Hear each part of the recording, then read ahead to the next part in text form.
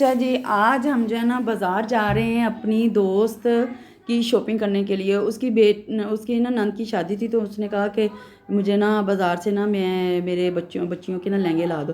तो मैं उनके कपड़े स्टिच करती हूँ, तो मैंने कहा चलो मैं बाज़ार जा तो रही हूँ, तो मैं भी आपके ना कपड़े ला देती हूँ। जब मैंने आदमी से कपड़ों के रेट वगैरह पूछे, तो उनसे मैंने जब रेट पूछे तो उन्होंने मुझे ना बहुत ज़्यादा रेट बताए। एक लहंगे के ना उन्होंने मुझे 8-8 हज़ार रुपये गज़ लहंगा जो ना उन्होंने मुझे बताया कि ये 8 हज़ार रुपये गज़ कपड़ा है। तो मैं ना वहाँ ना देख के परेशान होगी कि ये 8 हज़ार रुपये गज़ अगर कपड़ा हुआ, तो एक गरीब घर का आदमी है, उसके लिए कितना मुश्किल हो जाएगा उसके लिए ये कपड़े बनाना। तो अगर फ़र्ज़ करें, अगर एक आदमी जो है ना अपनी बेटी या बेटे की शादी करती है, बेटे की शादी करें या बेटे की शादी करें, खर्चा तो बराबर का ही होता है। तो एक जो है ना एक आदमी जिसकी आमदन जो है ना वो 20, 25, 30 हज़ार रुपये कमाता है, तो वो किस तरह जो है ना अपनी बेटियों की शादी कर सकता है या बेटे की शादी कर सकता है। उसके लिए कितना मुश्किल है उसके लिए मैनेज करना। उसके लिए वो तो फिर देखता ही रह जाएगा कि मैं क्या लाऊं क्या ना। ऊपर से सास के कपड़े, नंदों के कपड़े। हमारे पाकिस्तान में ये है कि नंद के भी 4 सूट लगाने हैं, सास के भी 2 लगाने हैं, सौहरे दे भी लाने ने, जठानियां दे भी लाने ने, जेठ दे भी लाने ने। तो एक बेचारा आदमी जिसकी जो आमदन ही सिर्फ 20 हज़ार है, तो वो अपने बच्चियों की शादी कैसे कर सकता है। वो तो बेचारा परेशान हो जाएगा कि मैं क्या करूं और क्या ना करूं।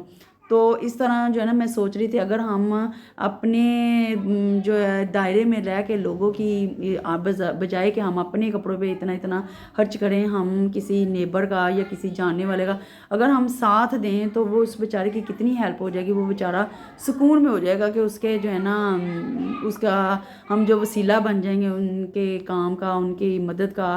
तो वो हमारे लिए जो है ना बहुत सारी दुआएं हैं उसकी कि एक, हाँ, अल्लाह ने हमें उनका ज़रिया या वसीला बना दे। तो इस तरह जो है ना हम दूसरों की मदद कर सकते हैं, दूसरों के काम आ सकते हैं। हमें इन्हीं बातों को लेकर चलना चाहिए आगे। जैसा कि आप देख रहे हैं कि आदमी मुझे बहुत ज़्यादा वैरायटी दिखा रहा है, बहुत ही ज़बरदस्त किस्म के कपड़े। मैं कंफ्यूज होगी क्योंकि मुझे अपना तो आइडिया नहीं था। वो मैं किसी के कपड़े लेने आई थी, तो मुझे इतना आइडिया नहीं था कि आप ही उनके बजट में रह के मैं कितनी रेंज में कपड़े लूँ। मुझे समझ नहीं आ रही थी कि मैं ये वाला लूँ या ये वाला लूँ। जो मुझे दुकानदार भी यही कह रहा था कि आप अपने ना बजट में रह के अपना इसका जो है ना इंतखाब करें कपड़ों का। तो फिर मुझे ना उन्होंने वैरायटी तो काफ़ी दिखाई। कभी मैं एक शॉप पे गई तो मुझे वैरायटी उसमें कितनी कोई खास नहीं लगी। फिर मैं दूसरी शॉप पे गई तो मुझे वैरायटी जो है ना काफ़ी अच्छी लगी। और साथ मेरा कज़न जो था ना, मेरे भाई का बेटा, जो मेरा भतीजा, वो भी मेरे साथ था। तो पहले जो मैंने आपको क्लिप्स दिखाए हैं उनमें मैंने शॉपिंग की है। और मेरे जो कस्टमर हैं वो मुझे कभी कभी ऑर्डर दे देते हैं कि आप खुद ही शॉपिंग करना, क्योंकि उनको मेरी शॉपिंग बहुत पसंद आती है। तो उन्होंने कहा आप भी खुद ही शॉपिंग करना और खुद प्यारे प्यारे कपड़े लाके हमें लहंगे स्टिच कर देना। तो मैं ज़्यादातर इंडिया के लहंगे बनाती हूँ, उस तर्ज के बनाती हूँ। उधर से मैं जो है ना वो लेती हूँ, क्या उसका नाम है, आइडियाज़ उधर से लेती हूँ। तो फिर मैं उनके मुताबिक कलर कम्बिनेशन कर लेती हूँ। उनकी छोटी छोटी कुर्तियाँ होती हैं, मुझे तो बहुत पसंद है। लेकिन ना फिर हमारे इधर का माहौल नहीं है, तो पूरे बाजू बनाने पड़ते हैं। तो उन्होंने कहा जिस तरह आप अपनी बेटी के मैं ईमान के लहंगे इसी तरह बनाती हूँ। ईमान के ज़्यादा जो है ना लहंगे होते हैं, क्योंकि मेरी ईमान को उसकी मामा जो है ना बड़े लहंगे मैं वो बड़े प्यारे पहनती थी। तो मुझे लहंगे ज़्यादा पसंद है, इस वजह से मैं ईमान को भी ज़्यादा लहंगे बना के देती हूँ। ज़्यादा वो पेंट शर्ट पहनती है और लहंगे पहनती है। चलो जी, क्योंकि मुझे पसंद है तो मेरी बेटी को भी वही पसंद है। तो अब जो मैंने शॉपिंग की है, मैंने कहा मैं अपने व्यूअर्स को ना कटिंग करने से पहले दिखा दूँ। पहले मैं आपको पहले दिखाने लगी, उसके बाद मैं आपको स्टिच करके दिखाऊंगी कि मैंने किस तरह की स्टिच की है। तो स्टिच जो है ना मैंने उनके हिसाब से करने हैं, उनके पैसों के हिसाब से करने हैं। अगर मेरे हो तो मैं तो फिर कर ही लेती हूँ। तो ये जो है ना मैंने उनकी पहली शर्ट ली है ब्लैक कलर की, ये देखिए, ये ब्लैक कलर की उनकी शर्ट ली है। बहुत ही ज़बरदस्त है, बहुत ही प्यारी है।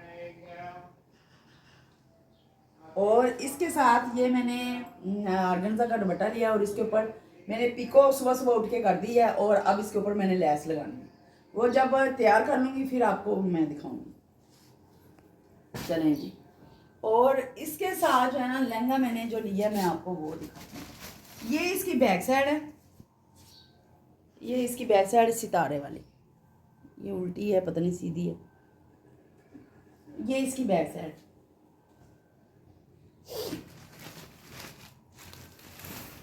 ये जो है ना मैंने इसके साथ बनारसी लहंगा लिया है, ये वाला बनारसी लहंगा। इसके साथ जो है ना ये देखें जी, इसके साथ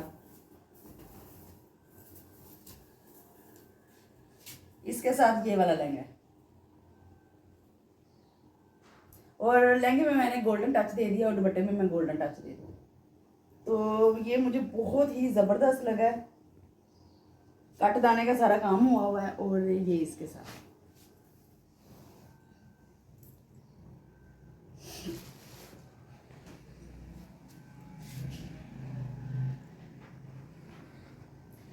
और अब जो मैंने दूसरी शर्ट ली है ना, वो तो मैंने बहुत ही ज़बरदस्त ली है। वो मैं आपको इस तरह इसकी शमीज़ लगा के दिखाऊंगी।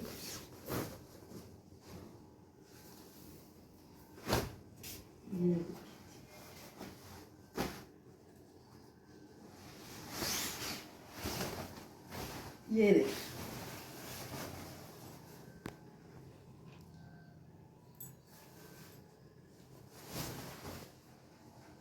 ये इसका बॉर्डर है, ये भी बड़ी ही प्यारी है, ये बड़ी ही ज़बरदस्त है। और इसके साथ भी लहंगा है,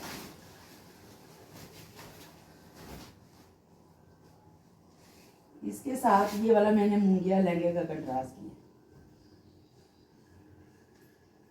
इसके साथ ये वाला लहंगा ऐसे।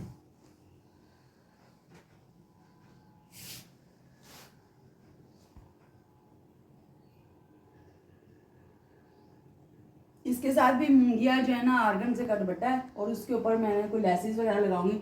जैसे ही मैं ये लहंगे तैयार करूंगी फिर मैं आपको टर्न करके दिखाऊंगी। तो अब ना मम्मा आप लोगों को कपड़े दिखाने के बाद किचन में चली गई थी खाना बनाने। तो चल के देखते हैं आज क्या बना रही हैं। स्पेशल तो नहीं बना रहा होगी, सादी कोई चीज़ बना रही होंगी। चल के छापा मारते हैं किचन में कि आज क्या बनानी, क्योंकि आज मेरा मूड ना कुछ अच्छा खाने को है। हाँ जी मम्मा जी जान, क्या बना रही हैं आप? मैं आज आलू पकाने लगी हूँ। किसने कहा आलू खाने? मैं आपने। मेरा आज कुछ स्पेशल खाने को दिल कर रहा है, आलू खाने को। आलू ही पुत्र पकन दे। आलू वो तो मुझे गोश्त नजर आ रहा है वहाँ पे। कब गोश्त? कितनी झूठी हो। वो किसी का है? किसी का? सही सही, वो किसी ने मुझे सालन पकाने के लिए। सही, ये मैंने पहले दफा सुना है कि दूसरे सालन पकाने के लिए भी देते हैं आलू। हाँ जी सालन। आज मैंने आलू पकाने हैं आपके लिए। झूठ बोल रही है। मैंने आलू देने करने हैं। मैंने तो नहीं आलू खाने करने। नहीं आलू दूंगी तुम्हें। गोश्त, आलू गोश्त बना रही है मुझे लग रहा है। आलू गोश्त है ना, कुछ ये खाती नहीं, ना करेले ना भिंडी, ये कुछ नहीं खाती। खाली चिकन पे ये पल रही है, तो चिकन ही मैंने इसे आ देना। सही। ब्लैलर हुई पी है तुम्हें मां ना। एक तो ब्लैलर कहते हैं उसको। हाँ ब्राइलर। ये बाहर हमारे जो है ना लोया लैलर वाले की आवाज आ रही है, किसी ब्लॉग के अंदर आएगी आपको आवाज। दरअसल ये लोया लैलर वाला के सालन पक रहा है, वो गोश्त दे के गया है। हाँ नहीं लोया लैलर वाला सालन देखिए। खुद तो कहा किसी का गोश्त आया है। अच्छा मैं ये कह रही थी कि मेरा दूध बॉयल होने वाला है। मां इधर दूध बॉयल कर रही हूँ, इधर जाग लगा रही हूँ, इधर सालन पका रही हूँ, इधर रोटी पकाने लगी, साथ साथ सारा काम इकट्ठा करने लगी मैं।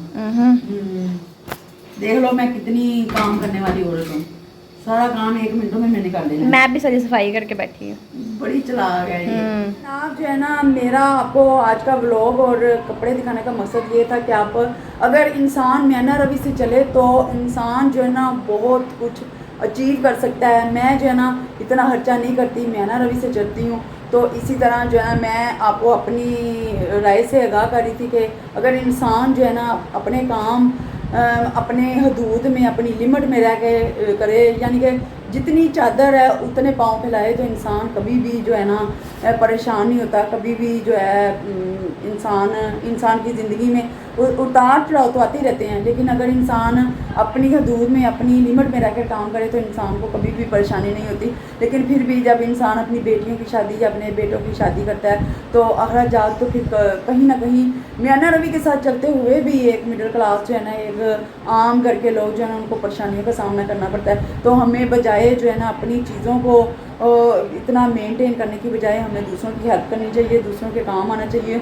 और क्या बताऊं, और दूसरों की हेल्प करने ताकि हम जो है ना उनके भी काम आ सकें, उनकी भी दुआएं ले सकें। ज़िंदगी यहीं तक की नहीं है, ज़िंदगी हमारी आगे की भी है, जो हमें आगे भी अल्लाह ताला को जवाब दे होना है। तो हमें दूसरों के काम आना सीखना चाहिए, दूसरों की मदद किस तरह करनी चाहिए। दूसरों की परेशानियों को अपनी परेशानी समझकर उनका साथ देना चाहिए, बजाय इसके कि हम उनकी परेशानी देख के अपना किनारा कर लें। तो हमें लिमिट में रह के अपना जो है ना, हम बहुत सारी दूसरों के लिए, अपने लिए आसानियाँ पैदा कर सकते हैं। अपनी दुआओं में बहुत ज़्यादा याद रखिएगा, अपनी नेक दुआओं में, नेक तमन्नाओं में मुझे याद रखिएगा, मेरे व्लॉग को शेयर कीजिएगा और इसी तरह अपने साथ मेरा रिश्ता बनाए रखिएगा। इसी के साथ मुझे दीजिए इजाज़त। अल्लाह हाफ़िज़।